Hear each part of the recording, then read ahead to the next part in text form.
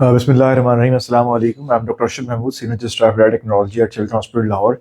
सो आज की वीडियो के अंदर हम बात करेंगे कि हमने न्यूरल ट्यूब डिफेक्ट्स जो है इनको कैसे अप्रोच करना है, इसकी स्कीम क्या है और इसकी डिटेल्स क्या है। तो अगर आप पीडियाट्रिशियन है, पीडियाट्रिक मेडिसिन में इंटरेस्टेड है, तो हमारा YouTube channel doctor Arshad Mahmood child specialist आपके लिए काफ़ी हेल्पफुल साबित होगा।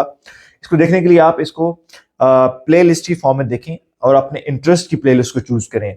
वो आपके शॉर्ट केसेस हो सकते हैं, आपके लॉन्ग केसेस हो सकते हैं, आपकी हिस्ट्रीज हो सकती हैं, आपके टॉक स्टेशन हो सकते हैं, आपकी रेडियोलॉजी हो सकती है, ईईजी ईसीजी की वीडियोस हो सकती हैं, या स्पॉट डायग्नोसिस केस सीरीज हो सकती हैं। सो अपनी पसंद की प्लेलिस्ट को चूज करें और उसके मुताबिक अपनी वीडियोस देखेंगे तो आपको सर्च करना आपके लिए आसान होगा। दूसरों के साथ भी ये वीडियो जरूर शेयर करें। आई होप कि ये चैनल आपकी एग्जाम के लिए और प्रैक्टिकल आपके जो पेशेंट के चेकअप और उनकी मैनेजमेंट के लिए हेल्पफुल साबित होगा। डेफिनेटली हम अगर ब्रैडली क्लासीफाई करें एंटिटीज को, इसको न्यूरल ट्यूब डिफेक्ट कहते हैं, तो इनको हम दो ग्रुप में डिवाइड करते हैं।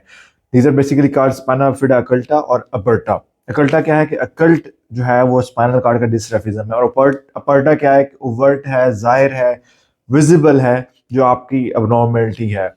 स्पाइना बिफिडा अकल्टा के अंदर डिफरेंट कंडीशंस है उसके अंदर आती हैं, जिसके अंदर टीदर कार्ड सिंड्रोम है, डायस्टेमेटोमीलिया है, इसी तरह जो है लैप्टोमेनिंगोमायोसील है। तो ये सारे वेरिएंट हैं स्पाइना बिफिडा अकल्टा के। तो इसके अंदर डिफिकल्टीज आपको एक तो अंडरलाइंग पैथोलॉजी है, पर स्किन के ऊपर कुछ एबनॉर्मलिटीज मिलती हैं।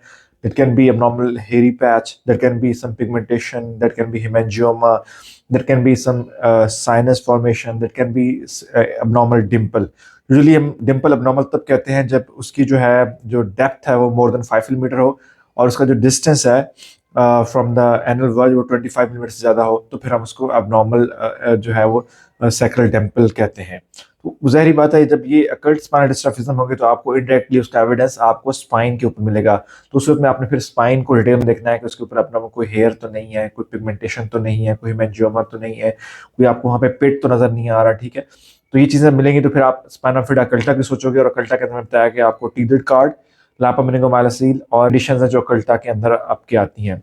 और अपर्टा की अगर हम बात करें तो उसके अंदर डेफिनेटली आपको विजिबल चीज़ें मिलती हैं स्पाइनल कार्ड के ऊपर। दैट कैन बी मेनिंगोसील, जिसमें सिर्फ मेनिंगस बाहर होती हैं और उसके अंदर सीएसएफ फिल होता है, या फिर मेनिंगोमायोसील होता है, इसके अंदर मेनिंजेस होती हैं, उसके अंदर जो है आपको कॉर्ड और उसके न्यूरोलॉजिकल स्ट्रक्चर्स मिलते हैं।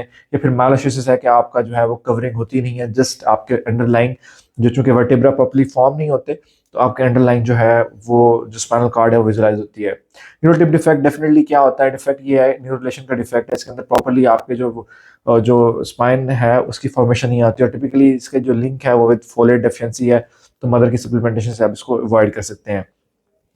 अब हम अगर एग्जामिनेशन की तरफ आए तो डेफिनेटली सबसे पहले तो इसका इंपॉर्टेंट स्टेप ये है कि आपने लोकल एग्जामिनेशन करना है।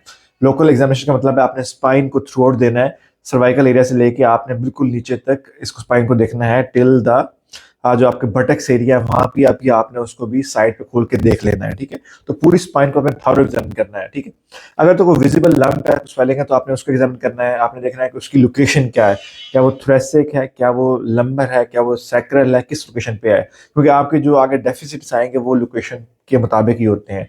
सो डिफेक्ट क्या है, उसके लोकेशन क्या है, उसका साइज क्या है, उसकी स्किन कैसी है, ठीक है, उसके ऊपर स्किन बनी हुई है या फिर थिन सी लेयर है, ठीक है, उसके अंडरलाइंग स्ट्रक्चर आपको विजुलाइज तो नहीं हो रहे, उससे कोई ऊजिंग तो नहीं हो रही, उसके ऊपर कोई इन्फेक्शन का एलिमेंट तो नहीं लग रहा, रेडनेस है, डिस्चार्ज है, पस है, ठीक है, सेलुलाइटिस तो नहीं है, तो इसको आपने देख लेना है। साथ में आपने देख लेना है कि कोई कैफोस्कोलियोसिस तो नहीं है। ठीक है, और दूसरा मैंने बताया था कि अकल्ट स्पाइनल डिस्ट्रॉफिज्म के साइंस होते हैं लाइक हेमेंजियोमा, पिगमेंटेशन, हेरी पैच, कोई डर्मल साइनस है, तो उनको भी आपने देख लेना है और उनकी इस पॉइंट से आपने देख लेना है। ठीक है, इसके बाद आपने उस लोकलाइजेशन को देख लिया, तो यहाँ पे इंपॉर्टेंट ये होता है कि आपने डिफरेंशिएट करना है कि आपकी जो बैक पे अगर स्वेलिंग है in the form of spina bifida aperta, कि वो मेनिंगोसील है या मेनिंगोमायोसील है, तो उसमें कुछ साइंस होते हैं, कुछ एग्जामिनेशन के पॉइंट्स हैं, इसके ऊपर आप इसको डिफरेंशिएट कर सकते हो।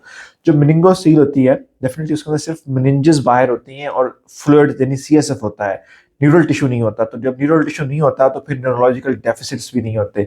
बच्चे की टांगें बिल्कुल नॉर्मल होंगी और नॉर्मल हरकत कर रही होगी, उसकी ब्लैडर इनकॉन्टिनेंस, यूरिनरी इनकॉन्टिनेंस आपको नहीं मिलेगी, उसकी सेंसेशन नॉर्मल होंगी, रिफ्लेक्सेस नॉर्मल मिलेंगे। जबकि मेनिंगोमायोसील में चूंकि न्यूरोनल टिश्यू भी इसके अंदर आया होता है और वो टिश्यू भी अब नॉर्मल होता है, तो आपको फिर न्यूरोलॉजिकल साइंस भी मिलेंगे जिस लेवल पे वो लियन है उससे नीचे। अगर सर्वाइकल कार्ड के ऊपर लियन है तो आपको तो अपर लिम्ब में भी साइन मिलेंगे, लेकिन अगर आपको आपका लियन जो है thoracic या लंबर या लंबोसैक्रल है तो फिर आपको लोअर लिम्ब मिलेंगे। अब बहुत लो सैक्रल है तो फिर आपके लोअर लिम्ब नॉर्मल होंगे। जस्ट आपको ब्लैडर, बावल और जो आपका जो एरिया है, जो हमारा जो पेरिनियल एरिया, उसके ऊपर सेंसिटिव नॉर्मलिटीज मिलेंगी। तो डिपेंड करता है लोकेशन क्या है। मोस्ट कॉमन तो आपको लंबोसैक्रल होती है, तो उस सूरत में आपको लोअर लिम्ब के और ब्लैडर बाउल के साइंस मिलते हैं। यूजुअली आपको लोअर मोटर न्यूरॉन टाइप के साइंस मिलते हैं बिलो द लेवल ऑफ लियन, ठीक है। और उसके अगर मेनिंगोसील है तो उसके ऊपर जो स्किन होती है वो अच्छी तरह बनी हुई होगी, स्किन टिश्यूज नॉर्मल आपको नजर आएंगे। जबकि मेनिंगोमाइलोसील में आपको बहुत थिन सील स्किन की लेयर होगी, आपकी स्किन प्रॉपरली फॉर्म नहीं होगी।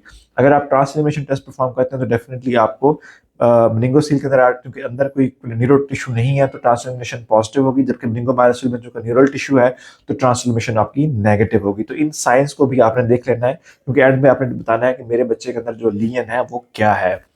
जब अपने बैक को डिटेल में देख लिया तो फिर आपने लोअर लिम्ब पे आ जाना है। लोअर लिम्ब में आपने देखना है उसकी टोन कैसी है, पावर कैसी है और रिफ्लेक्सेस कैसे हैं। यूजुअली चूंकि हमारा जब जो डेफिसिट है, जो हमारा लीन है मोस्टली लंबोसैक्रल एरिया के अंदर होता है, तो लंबोसैक्रल एरिया में होने की वजह से क्या होता है कि हमारा सारा कार्ड उससे नीचे का डैमेज होता है। तो जो फाइंडिंग्स हमारे लोअर लिम्ब में आती हैं वो लोअर मोटर न्यूरॉन टाइप होती हैं, कि उसके अंदर रिफ्लेक्सेस आपके हाइपर रिफ्लेक्सिया होगा, टोन कम होगी आपकी। और अगर डिसयूज लंबा हो जाएगा तो फिर डिसयूज ट्रॉफी भी आएगी और फिर कंट्रैक्चर फॉर्मेशन भी आपको मिल सकती है।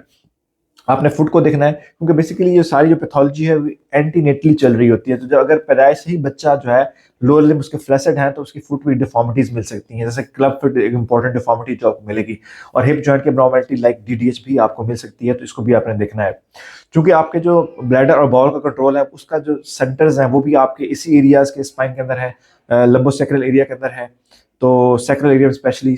तो आपके फिर उनका कंट्रोल भी आपका इफेक्ट होगा। तो आपके अंदर जो है वो ब्लैडर इनकॉन्टिनेंस, फीकल इनकॉन्टिनेंस, इनके सिम्टम्स भी आपको मिलेंगे। जेनिटेरिया भी आपने देख लेना है, और आपने उसके बाद उसके जो है एब्डोमेन में ब्लैडर और बाउल को देख लेना है कि फीकल इन्फेक्शन तो नहीं है, और ब्लैडर पल्पेबल है या नहीं है, ब्लैडर से इनकॉन्टिनेंट कंटिन्यूस ड्रिबलिंग तो नहीं हो रही। तो इन चीज़ों को भी आपने देखना है और डॉक्यूमेंट करना है। आपने उसका हार्ट चेक कर लेना है, क्योंकि डेफिनेटली जब कहीं एक अबनॉर्मेलिटी आती है तो चांसेस होते हैं कहीं और अबनॉर्मेलिटी होने के चांसेस ज़्यादा होते हैं। तो आपने उसके हार्ट को भी एस्केलेट कर लेना है, ठीक है।